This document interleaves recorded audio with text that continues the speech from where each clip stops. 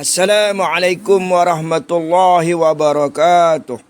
Bismillahirrahmanirrahim. Alhamdulillahillazi arsala rasulahu bil huda wa dinil haq liyuzhirahu ala dini kulli walau karihal kafirun. Asyhadu an la ilaha illallah wahdahu la syarikalah wa asyhadu anna Muhammadan abduhu wa rasuluh. Rabbi israh li sadri wa yassir li amri wahlul 'uqdatam min lisani yafqahu qawli. La haula wala quwwata illa billahil aliyyil azim. La haula wala quwwata illa billahil aliyyil azim.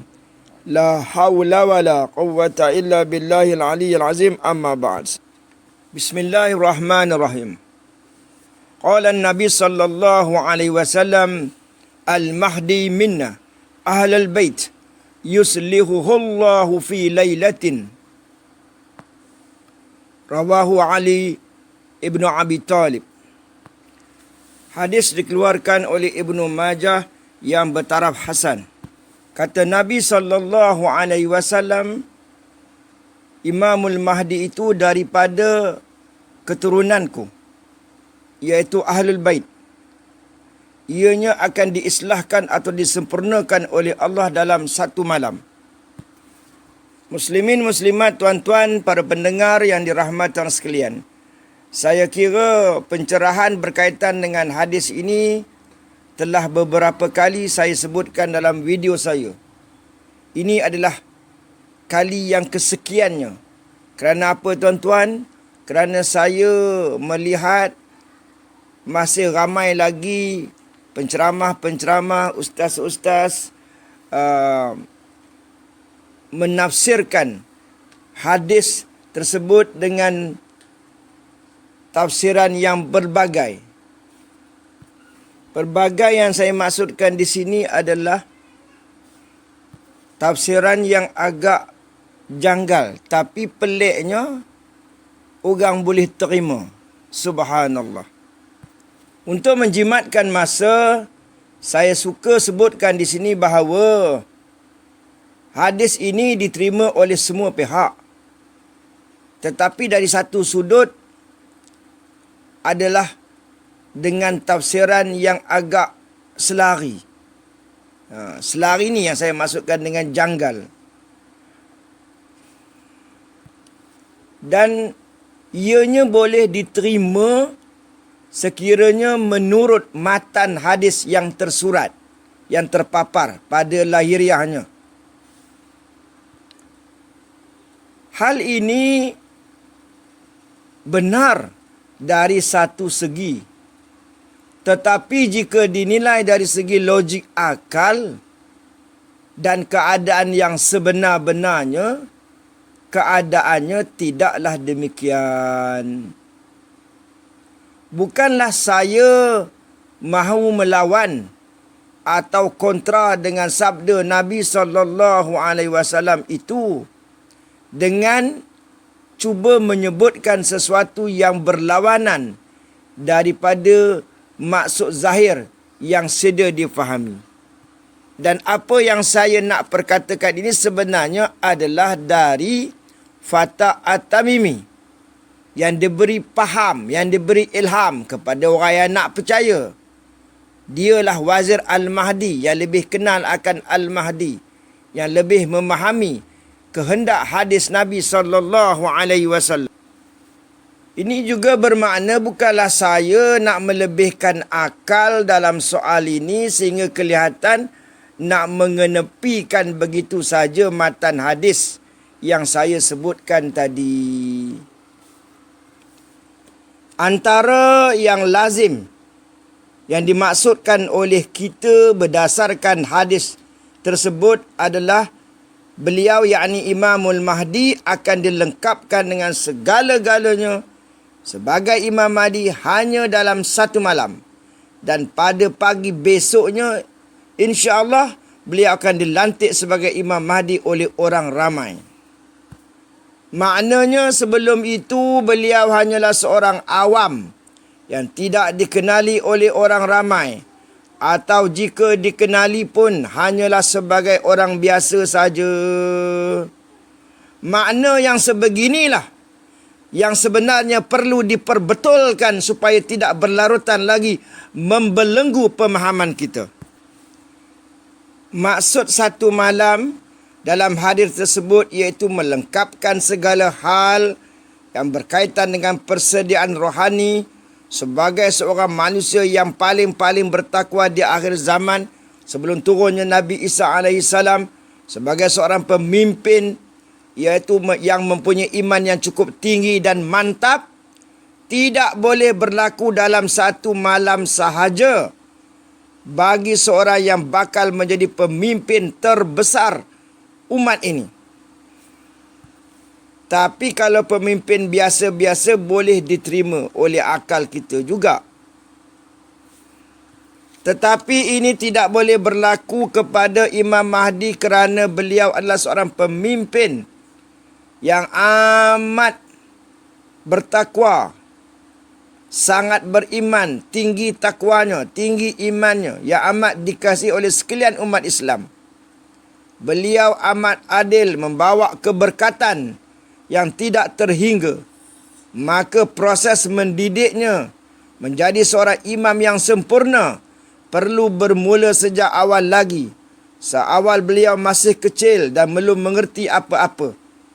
Keturunannya, faktor keturunannya, didikannya, akhlaknya, peribadinya. Walaupun hadis tersebut disebutkan hanya satu malam saja, yang dikendaki dengar molek-molek, dengar elok-elok, dengar baik-baik. Ni cik dah habak. Yang dikendaki dengan maksud itu ialah proses menjadikannya sebagai ketua bagi sekalian wali-wali yang paling bertakwa ni. Dia yang paling bertakwa. Ini dikarenakan semua wali adalah orang yang telah mencapai taraf takwa yang sebenar. Itu nama wali. Maknanya Imam Mahdi adalah orang yang paling bertakwa di antara sekalian wali yang amat bertakwa. Pada tahap ini menjadikannya sebagai imam yang sempurna. Belum bermula lagi. Dan telah juga saya katakan dulu bahawa kalau dia dapat sempurna dalam semua hal dalam satu malam, bagaimana pula dengan Nabi Muhammad sallallahu alaihi wasallam setelah 40 tahun baru dilantik menjadi nabi, 13 tahun berjuang di Mekah, 10 tahun di Madinah, 23 tahun berjuang baru mendapatkan daulah Islamiah. Jadi dari sudut akal ataupun logik sendiri, kita dapat mengatakan bahawa tidak mungkin pada adatnya berlaku. Walaupun kita mengakui akan kekuasaan Allah Subhanahu Wa Taala yang Maha Mutlak. Jadi di sinilah ada faktor lain, ada sebab-sebab yang lain yang ada kaitannya dengan Fatah At-Tamimi yang perlu diambil kira. Jadi para penonton pendengar yang dirahmati sekalian, rupanya ada makna lain bagi perkataan imam yang sempurna. Imam Mahdi seorang imam yang bersih, tidak ada sebarang cela sejak kecil lagi, hinggalah ke saat beliau dilantik ke jawatan Imam Mahdi itu. Imam Mahdi itu sebagaimana kita ketahui sangat adil dalam pemerintahannya. Keadilan pemerintahannya dikatakan sebagai amat sempurna kerana seorang pemerintah yang tidak adil dikatakan sebagai imam yang tidak sempurna. Imam Mahdi adalah seorang imam yang terakhir bagi umat ini dari kalangan umat Islam, dan dengan berakhirnya pemerintahan beliau, maka sempurnalah agama Islam ini bagi umat ini, dan dengan itu Imam Mahdi dikatakan sebagai penyempurna bagi segala imam.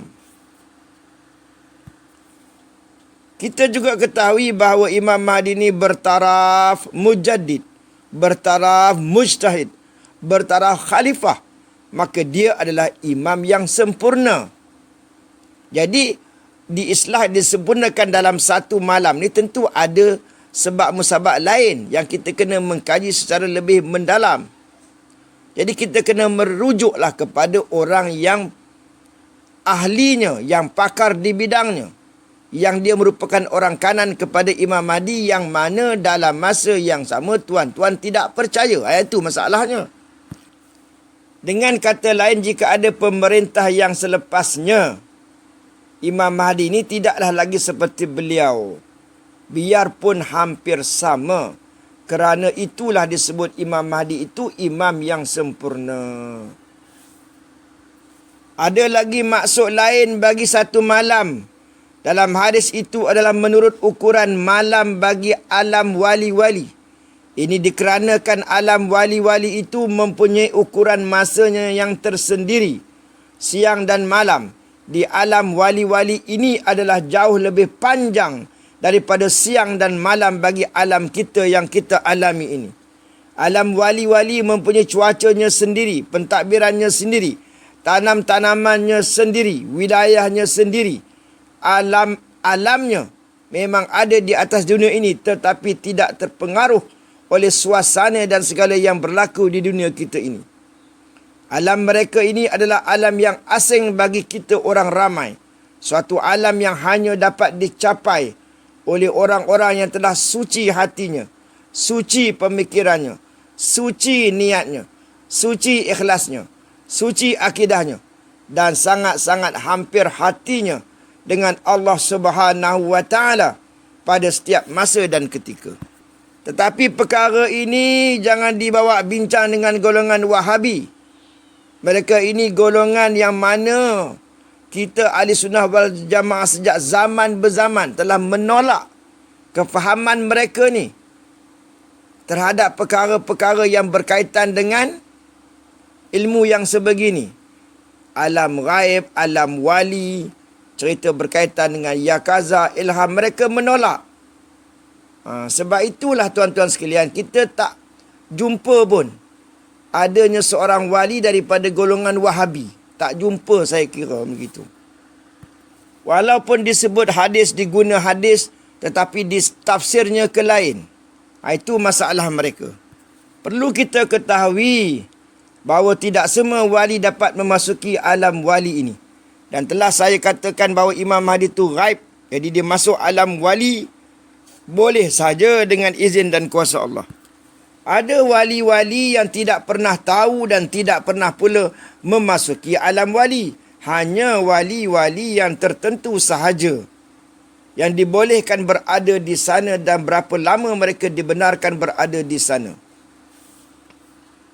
Kalau alam bunian kita boleh percaya dan yakin, kenapa tidak adanya alam-alam yang lain? Mudah sahaja bagi Allah Subhanahu wa taala. Dan bagi orang yang beragama Islam yang kuat pegangan tauhidnya, apa pun di sudut kekuasaan Allah Subhanahu wa taala boleh sahaja berlaku. Secara kebiasaannya suka saya menyebutkan di sini bahawa sehari di alam wali-wali bersamaan dengan seminggu di alam kita ini. Cara mencapainya juga berbeza-beza. Ada wali yang terpaksa berjalan jauh sebelum sampai ke alam ini. Dan ada pula wali yang dengan mudah dapat memasuki alam ini, iaitu dengan hanya berjalan selangkah saja. Semuanya itu atas sebab musabab takwa, iman. Ada yang dibenarkan memasukinya sekali seumur hidup. Ada pula yang dibenarkan berada di sana banyak kali. Dan ada pula yang duduk diam di sana dalam tempoh yang sangat lama, iaitu selama mana dibenarkan dan dikehendaki oleh Allah Subhanahu wa taala. Innallaha ala kulli syai'in qadir. Kalau orang tanya hujah-hujah, kita ambil Allah tu maha berkuasa. Jadi bila sebut maha berkuasa tu macam-macam caralah Allah boleh buat. Islam ni mudah saja. Agama tu mudah. Apa yang susah nak dipahamkan? Bukan setiap satu tu mesti ada dalil yang terperinci. Dalil umum saya nak bagi tahu boleh digunakan untuk perkara-perkara yang spesifik. Adapun perkara yang spesifik, dalil umum sekali lagi boleh digunakan untuk perkara yang spesifik. Perkara yang spesifik tak boleh digunakan untuk yang umum. Itu kaedah dia.